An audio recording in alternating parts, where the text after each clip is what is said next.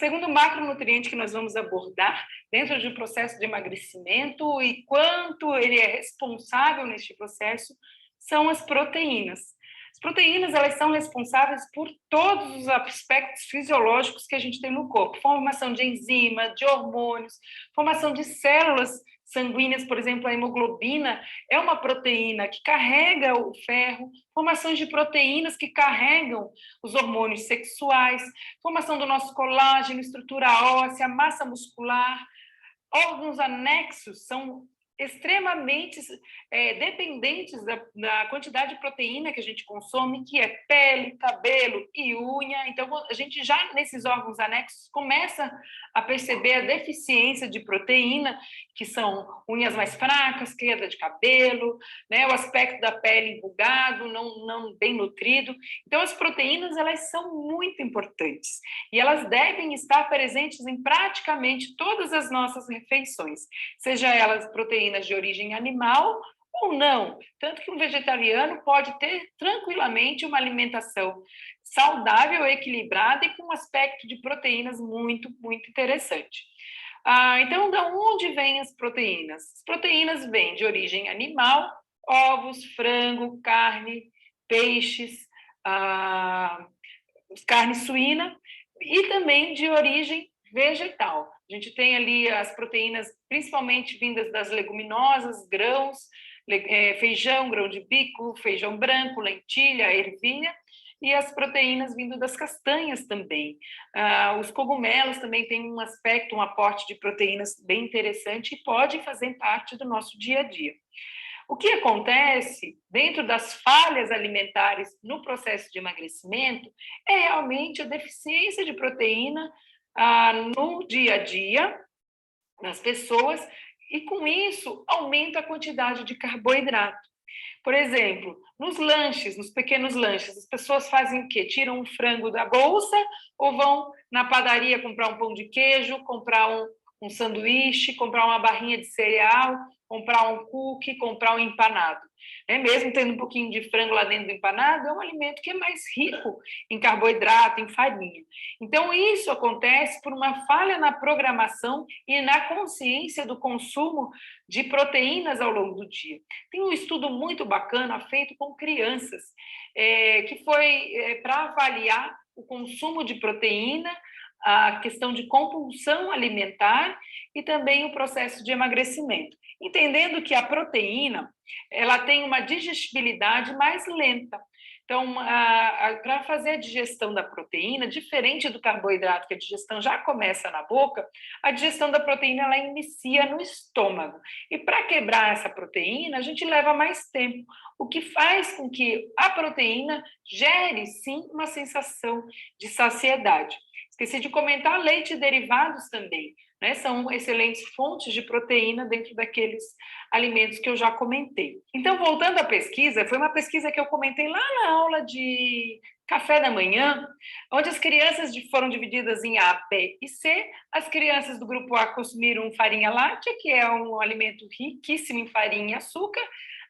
As crianças do grupo B, farinha láctea, fizeram um mingau de aveia, que também é um carboidrato junto com leite, e as crianças do grupo C consumiram fruta e ovos, né? Então, essa pesquisa demonstrou que o aporte proteico ali no café da manhã das crianças fizeram com que as crianças do grupo C tivessem um emagrecimento mais eficiente e menos compulsão no lanche da tarde. Então, é isso que a gente precisa pensar. Como está desde o meu café da manhã? Eu tenho incluído alguma proteína, por exemplo, ovos, iogurte, uma proteína, mesmo que seja de embutido, que não é o mais saudável, mas um peito de peru, um franguinho, uma sardinha, um ovo mexido. Então, eu consigo incluir alguma proteína? Quais proteínas eu conseguiria colocar ali de uma forma que tornasse o meu café da manhã mais proteico? Não precisa ser uma mistura muito grande de proteínas, mas que ele tivesse, sim, um aspecto mais proteico. Às vezes, tem pessoas que usam, né, as proteínas comerciais, proteína vegetal ou whey protein, para fazer uma vitamina também feita com leite, você acrescenta aí talvez uma castanha nessa vitamina, consegue incluir um pouquinho mais de proteína ali na vitamina, pode ser uma ideia muito interessante para começar. E lembrar, né, do consumo de proteína no almoço, mas isso geralmente é mais fácil da gente perceber as pessoas comendo um frango, uma carne, um peixe. Evidentemente que a gente precisa cuidar do como é o preparo dessa proteína, né? Então evitar a fritura, que adiciona na proteína ali um aspecto mais calórico, né? E também com um aspecto mais inflamatório por causa da mudança desse óleo. Nós vamos ver na aula de gordura sobre isso. Molho muito gorduroso, creme de leite, queijos. Então, esse aspecto calórico e como você vai preparar essa proteína também é muito importante.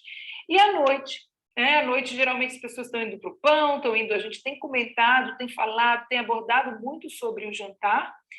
Então, é bem importante que a gente capriche ali na parte proteica e nos lanches intermediários a gente comece a pensar um pouquinho mais em como enriquecer, né, esses lanches com proteína. Não necessariamente, se eu consumo nessas 3 refeições principais, eu preciso levar frango na minha bolsa.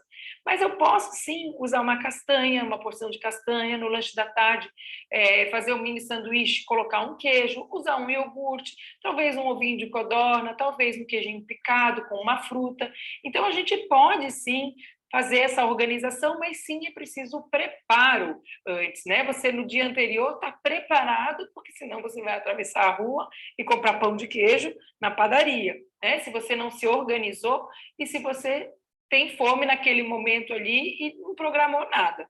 Mas se a gente tiver um aporte proteico eficiente, é bem possível que você vá auxiliar o teu processo de emagrecimento, até mesmo porque a proteína, por ela exigir esse tempo maior de digestibilidade, o gasto calórico, a produção de enzimas para a digestão dessa proteína é aumentado. Então, a gente precisa, sim, quando você tem uma dieta, uma alimentação que tem um consumo de carboidrato menor ou ajustado para você, sem exageros, uma quantidade e qualidade proteica eficiente, você tem um gasto calórico maior para fazer a digestão dessas proteínas.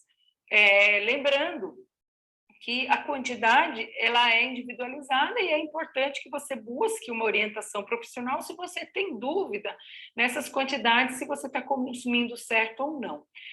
Mas o outro lado também é importante a gente entender o excesso de proteína. Então, essas dietas com excesso de proteína, de embutidos, né, de proteínas ao longo do dia, aquelas dietas que radicalizam, tiram totalmente carboidrato, fica se entupindo aí de proteína o dia inteiro. Carne, salame, queijos.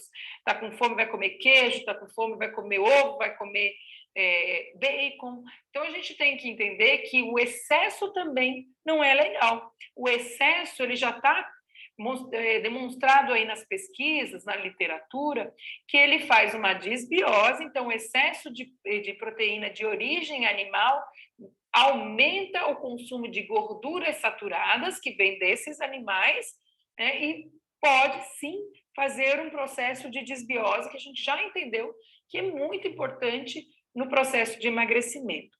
Fora isso, o excesso de proteína ele tem um aspecto inflamatório, principalmente a proteína vindo de carne vermelha.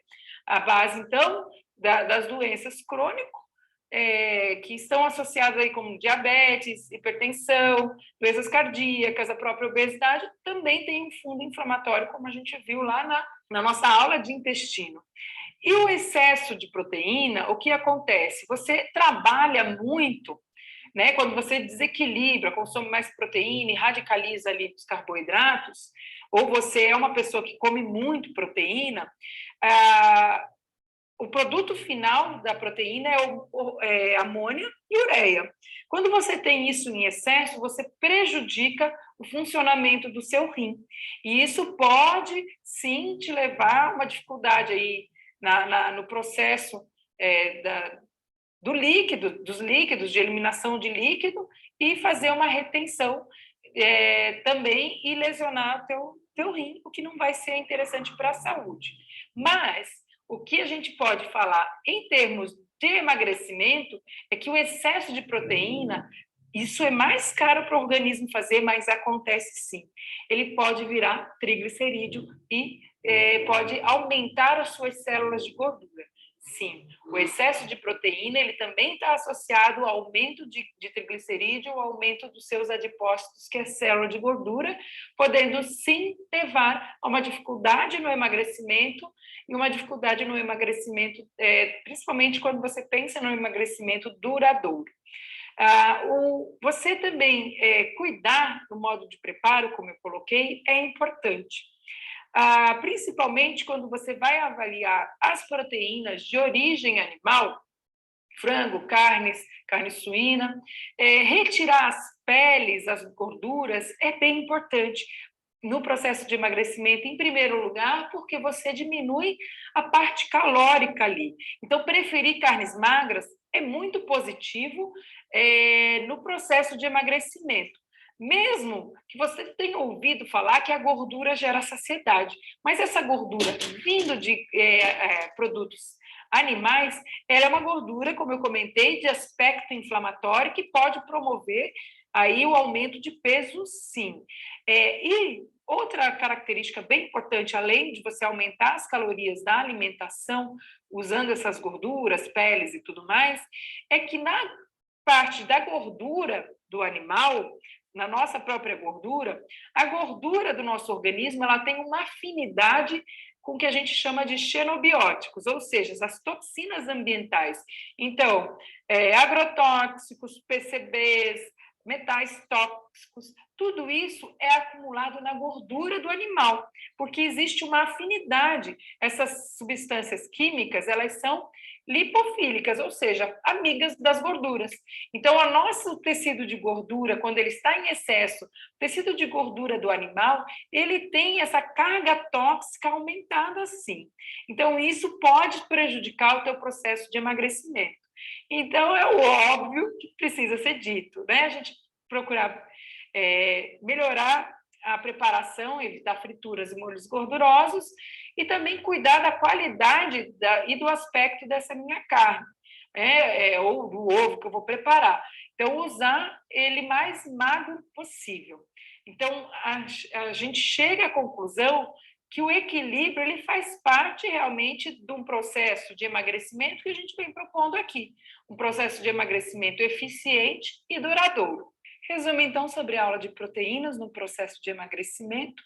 A deficiência ela pode te trazer problemas na formação de hormônios, de enzimas, e isso te atrapalhar no processo. O excesso também pode virar triglicerídeos, pode se transformar em triglicerídeos e armazenar na forma de gordura. É importante muito a gente observar a preparação dos alimentos, então preferir assado, cozido, ensopado, se for o caso, fazer numa frigideira com um pouquinho de azeite ou untadinha com azeite, atentar aí para as proteínas de origem animal em excesso, cuidar com as gorduras, preferir as proteínas magras, e assim a gente consegue visualizar um prato cada vez mais saudável e que vai auxiliar no teu processo de emagrecimento.